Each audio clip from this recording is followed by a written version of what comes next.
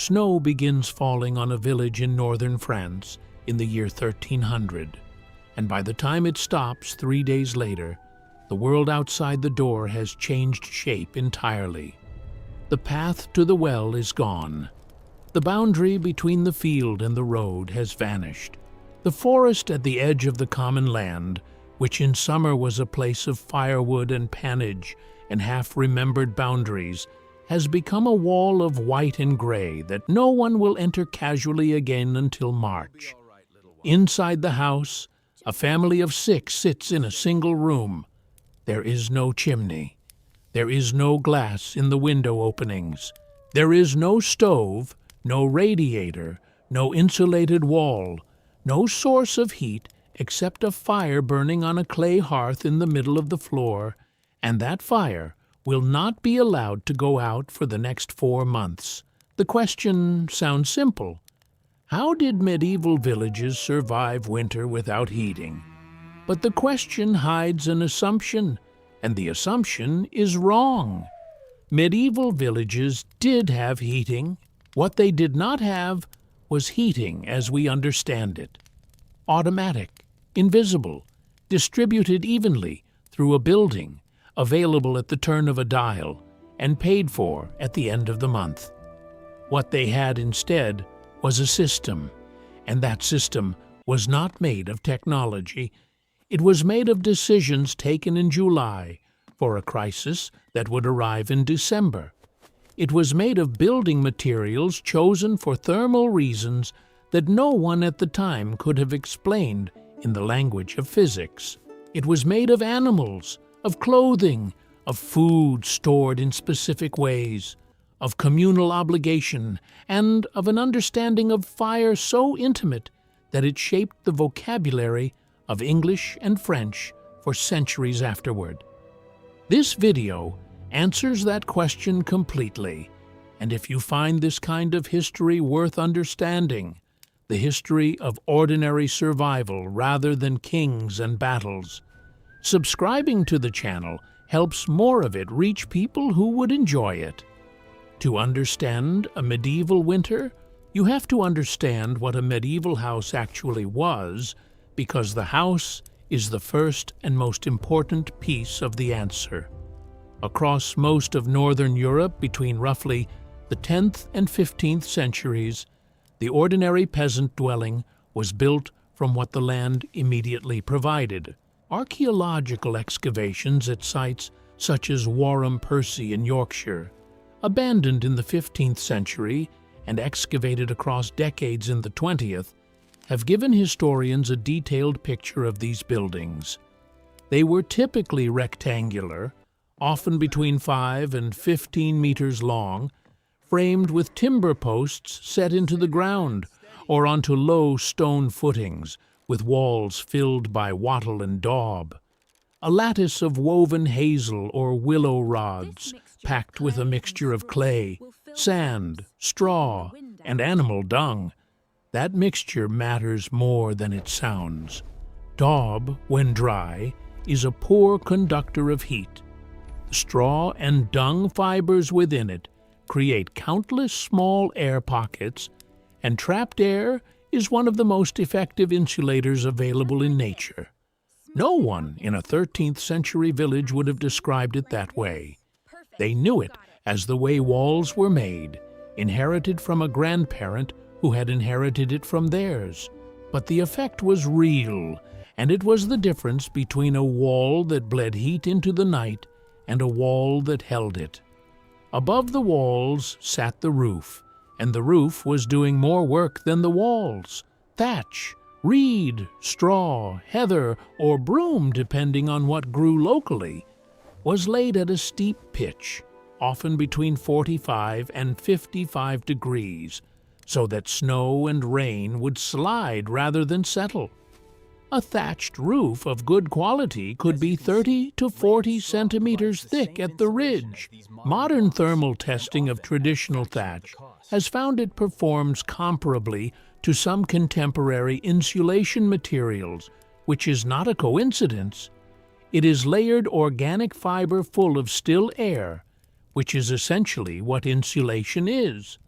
The floor was earth, sometimes beaten hard with clay, sometimes covered in rushes or straw that were periodically renewed.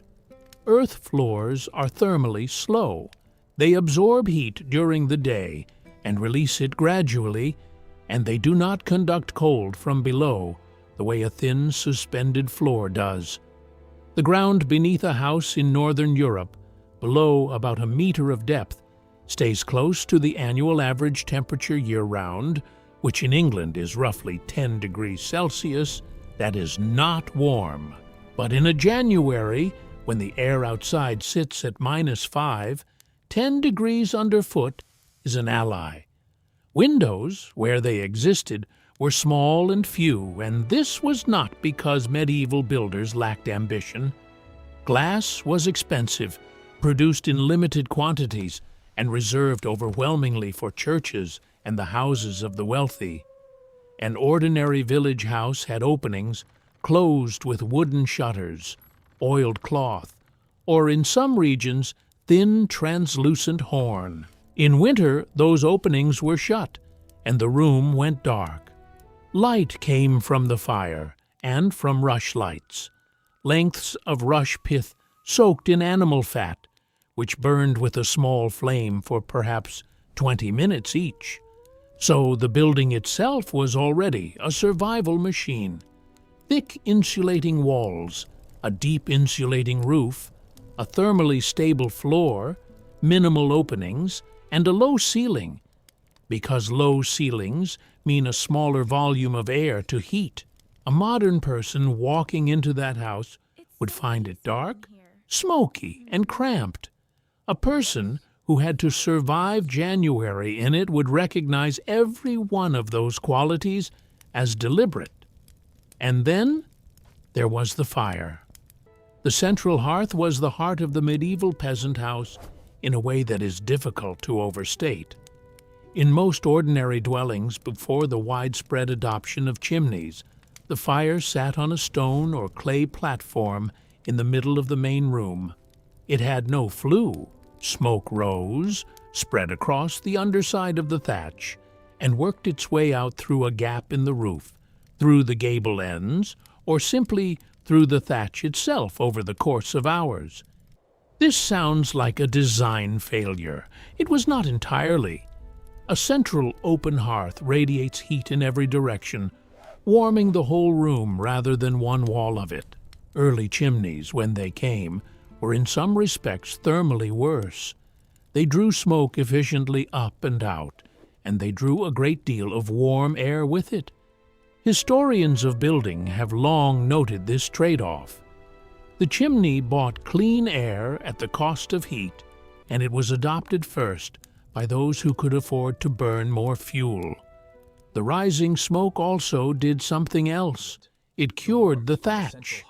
Soot deposits and the constant drying effect of warm smoke discouraged insects and fungal growth in the roof structure. And there are surviving English roofs where smoke-blackened timbers from the medieval period can still be identified today, marking them as pre-chimney construction. The smoke that made the air hard to breathe was also preserving the building. The cost was real, and historians do not soften it. Chronic exposure to indoor smoke is associated with respiratory and eye conditions, and skeletal and documentary evidence from the period is consistent with populations living in smoky interiors. This was understood in a rough practical sense at the time.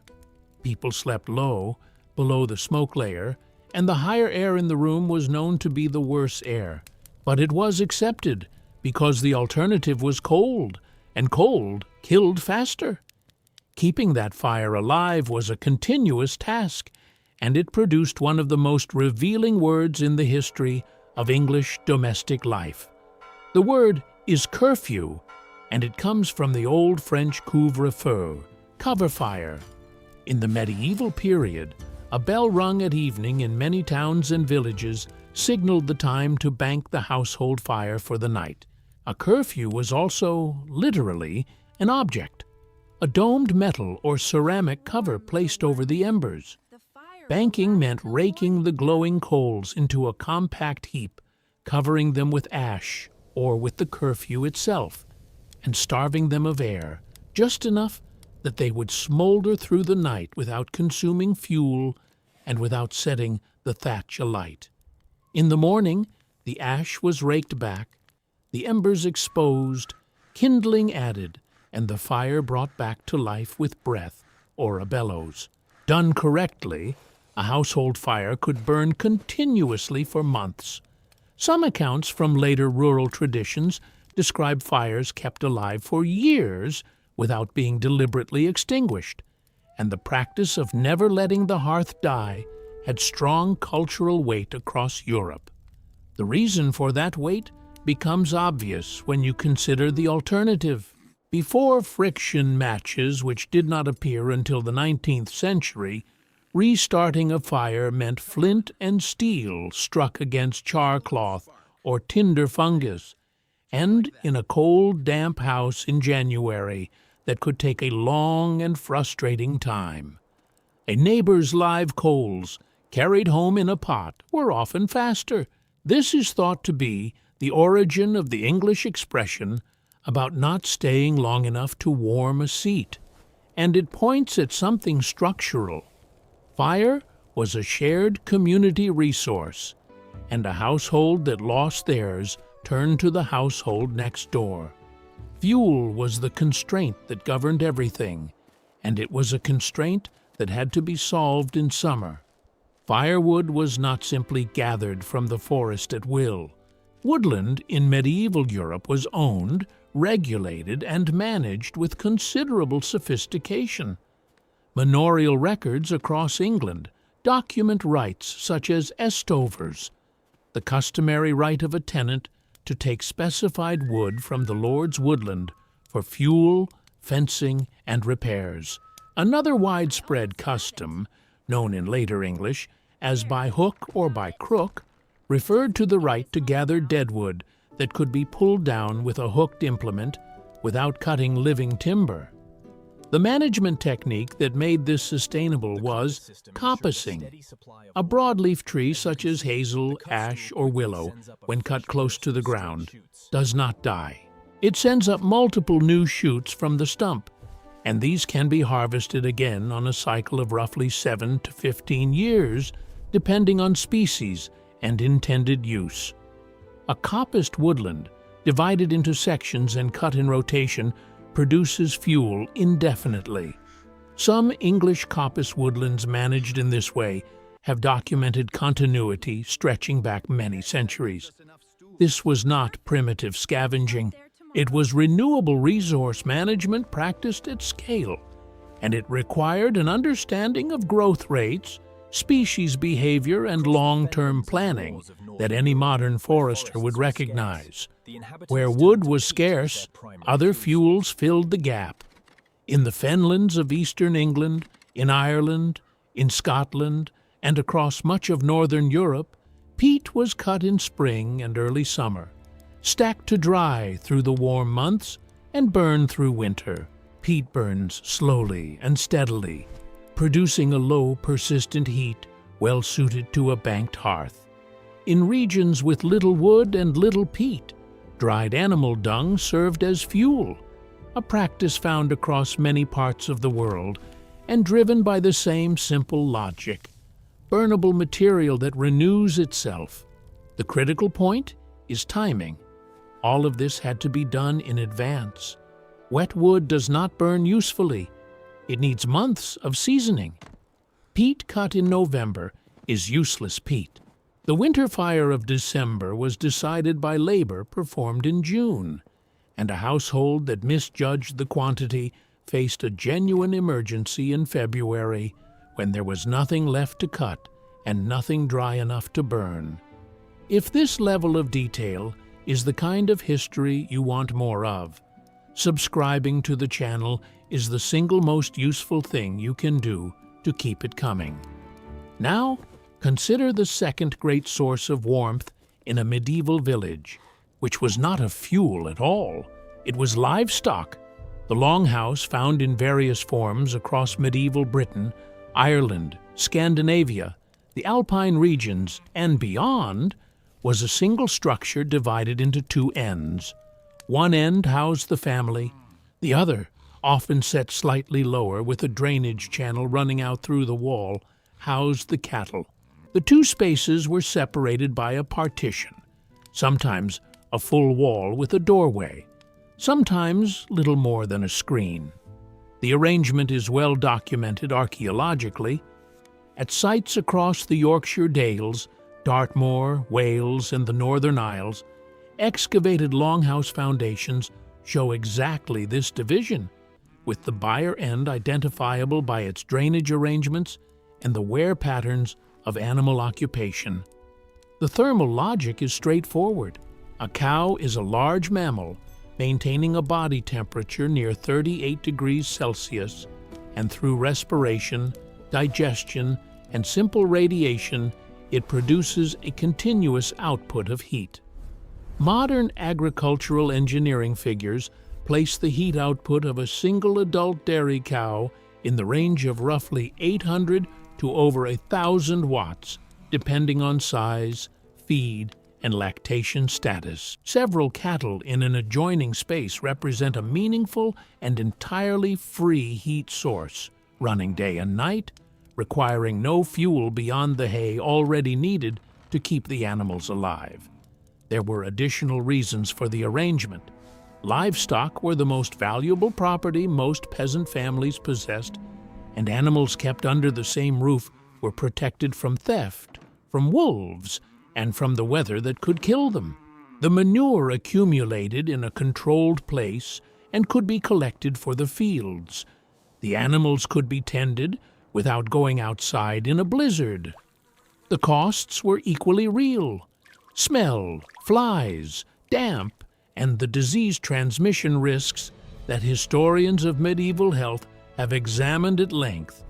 But the trade was accepted across an enormous geographic range for many centuries, which tells us the calculation favored it. Beyond the cattle, warmth came from proximity in every form.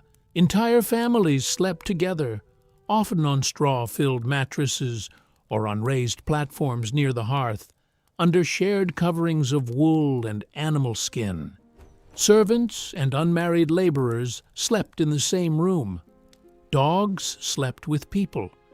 In a house where the fire was banked and the temperature dropped steeply after midnight, shared body heat under shared blankets was not a matter of affection.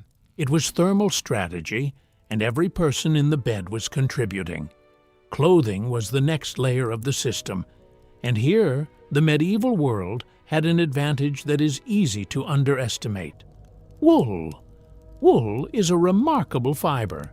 Its individual strands are naturally crimped, which means a woolen fabric traps a large volume of air within its structure, and that trapped air is the insulation. Wool also absorbs moisture into the fiber itself, up to around 30% of its own weight, while the outer surface remains water repellent due to natural lanolin. The practical result is that wool continues to insulate when damp, a property that linen and, later, cotton simply do not share. For a person working outdoors in sleet, this distinction was the difference between discomfort and hypothermia. Medieval Europe understood wool completely. The English wool trade was one of the dominant economic forces of the High Middle Ages, funding cathedrals, enriching Flemish weaving towns, and generating tax revenue that helped finance wars. But at village level, wool was simply the material everything was made from. Sheep were kept, fleeces were sheared, wool was carded and spun, overwhelmingly by women, using a distaff and spindle and later the spinning wheel, in whatever moments were free from other work, and then woven and made into garments. Layering was the method. A linen undershirt next to the skin, absorbing sweat, and washable in a way that woolen outerwear was not. Over that, a woolen tunic or gown. Over that, another, or a sleeveless overgarment. woolen hose on the legs, tied or gartered, a hood, one of the most characteristic garments of the period, covering head, neck, and shoulders in one piece, because heat loss from the head and neck is significant, and a hood closes the gap that a separate hat and scarf leave open.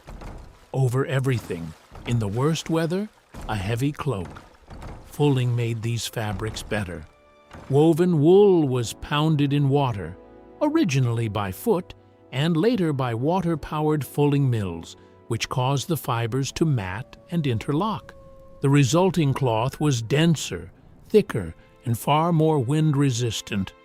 Wind is the enemy of insulation because moving air strips away the warm boundary layer against the skin faster than still air. Fulled wool blocks it. Footwear was the weak point, and it is worth being honest about that. Ordinary medieval shoes were turn shoes, leather uppers stitched to a leather sole and turned inside out, producing a soft, flexible, thin-soled shoe with no waterproofing to speak of.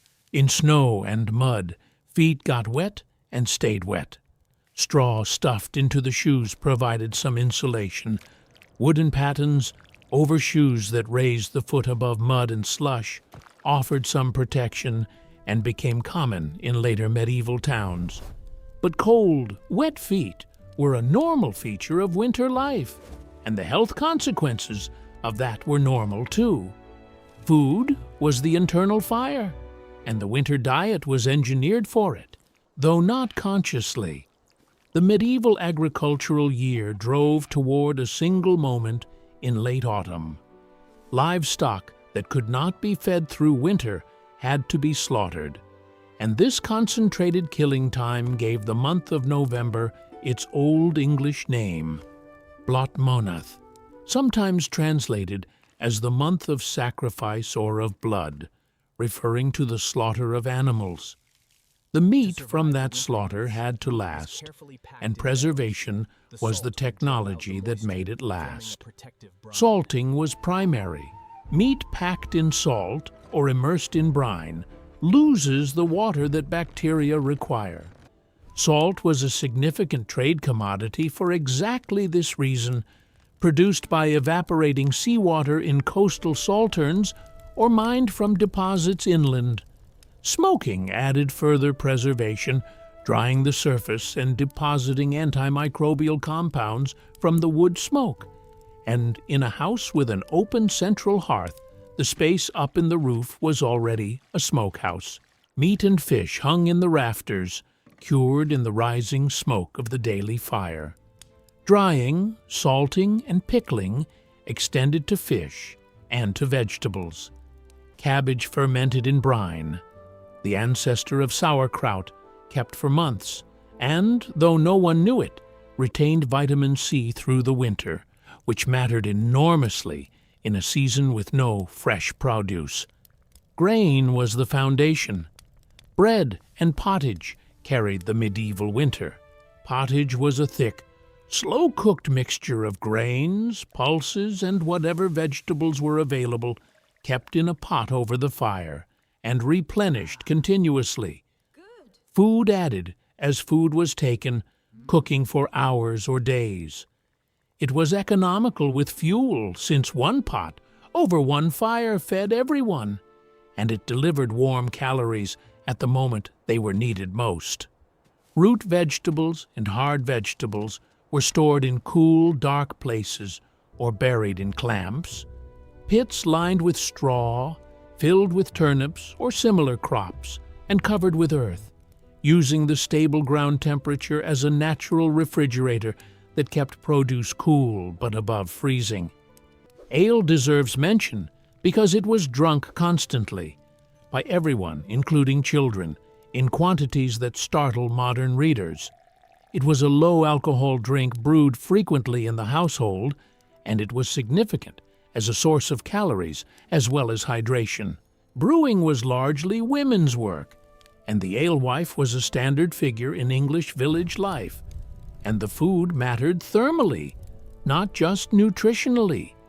Maintaining body temperature in cold conditions raises metabolic demand substantially. A person doing heavy outdoor work in winter needs considerably more energy than the same person in summer. The winter diet, heavy in grain and fat and preserved meat, was the fuel supply for a body burning calories to stay warm. But the last and most important element of the answer is not physical at all. It is the community. A medieval village was not a collection of independent households. It was a mutually dependent economic and social unit, and winter was when that dependence became visible. Manorial court rolls, the surviving records of village legal life, of which enormous quantities exist across England, show communities regulating access to woodland, to common grazing, to gleaning rights after harvest, and to the shared resources that individual survival depended on. The open field system, dominant across much of medieval northern Europe, meant that households held scattered strips within large communal fields, and agricultural decisions were made collectively. Plowing often required a team of oxen larger than any single family owned, so oxen were pooled. Bread was frequently baked in a communal oven because building and heating an oven for one household was an inefficient use of fuel. One fire, one heating cycle, many households bread. The same logic applied to the mill. Charity was institutional. Parish churches, monasteries, and later parish poor relief provided assistance to those who could not survive alone: the elderly, the widowed, the sick. The obligation was religious as well as social, embedded in Christian teaching on the corporal works of mercy, and monastic houses maintained almonries specifically for distribution to the poor. Historians debate the adequacy and consistency of medieval charity, and it clearly varied enormously by place and period. But the structure existed, and it was aimed most acutely at the season when the vulnerable were most likely to die. Winter also reorganized work itself. The agricultural calendar collapsed. Fields could not be plowed, sown, or harvested. What replaced outdoor labor was indoor labor: spinning, weaving, tool repair, basket making, woodworking, thatching materials prepared for spring, animals tended. Medieval calendar illustrations appearing in books of hours and church carvings across Europe depict this cycle with remarkable consistency. The labors of the months show slaughter in November or December, feasting and fireside work in the deep winter months, and pruning and plowing returning in February and March. And the great winter festivals sat precisely where the year was darkest and hardest. Christmas and the 12 days that followed fell at the point when preserved food was still relatively plentiful, when work was impossible, and when the psychological weight of darkness was heaviest. Feasting and gathering at that moment were a rational use of resources and a rational response to morale.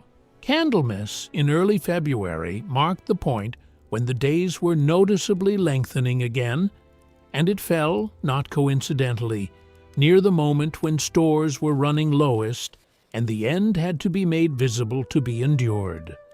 None of this made the winter gentle. Mortality in pre-modern Europe was seasonal, and the seasonal pattern is well documented in parish registers from the periods when such records survive. Deaths rose in the cold months, concentrated among infants, the very old, and those already weakened. Respiratory illness spread readily in crowded, smoky, poorly ventilated interiors. Nutritional stress accumulated as stores depleted, and the hungry gap in late winter and early spring, before new crops were available and after the old ones ran out, was a documented, recurring hardship. Extreme events made it far worse. The Great Famine of 1315 to 1317 driven by catastrophic weather across northern Europe, killed a substantial proportion of the population, and historians have connected it to the broader climatic shift toward colder conditions in the following centuries. When the margin is thin, a single bad harvest or a single unusually long freeze removes it entirely. The people living through these winters knew all of this. They were not naive about the risk. They built their entire annual cycle around the certainty that a hard season was coming, and their success is measured not in comfort, but in continuity, village after village, generation after generation coming through. What changed things was slow. The chimney spread gradually from the wealthy downward from the late medieval period onward, transforming both the air quality and the internal layout of houses, allowing upper floors and separate rooms in a way an open central hearth never could. Enclosed stoves, more efficient than open fires, became widespread in parts of continental Europe. Glazed windows moved down the social scale. Coal replaced wood in regions where wood grew scarce, and the industrial exploitation of coal eventually reshaped heating entirely. Central heating in ordinary homes is, in the long view, extraordinarily recent, a phenomenon of the last century and a half, and in much of the world, far more recent than that.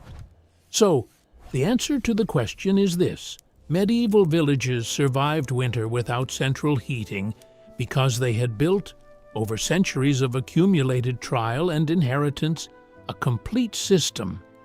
Houses made of materials that trapped air, roofs deep enough to hold warmth, floors that borrowed stability from the earth, a fire that was never allowed to die, and was managed with a skill that produced its own vocabulary, fuel harvested and dried months in advance under sustainable woodland management, livestock generating heat beneath the same roof, wool worn in layers that insulated even when wet, food preserved in autumn and cooked to deliver warm calories, and a community structured so that no household faced the season entirely alone.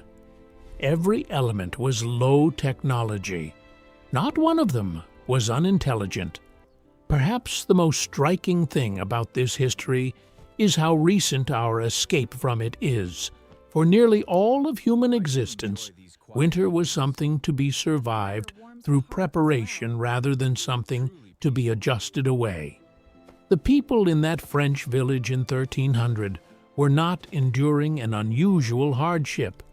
They were doing what almost everyone who had ever lived had done: reading the sky in August, cutting wood in June, salting meat in November, and trusting that the plan would hold until the light came back. It usually did. If you want to keep exploring how people actually lived, the practical, physical, documented reality of ordinary life across history, subscribe to Every Life Explained, and the next question will be waiting.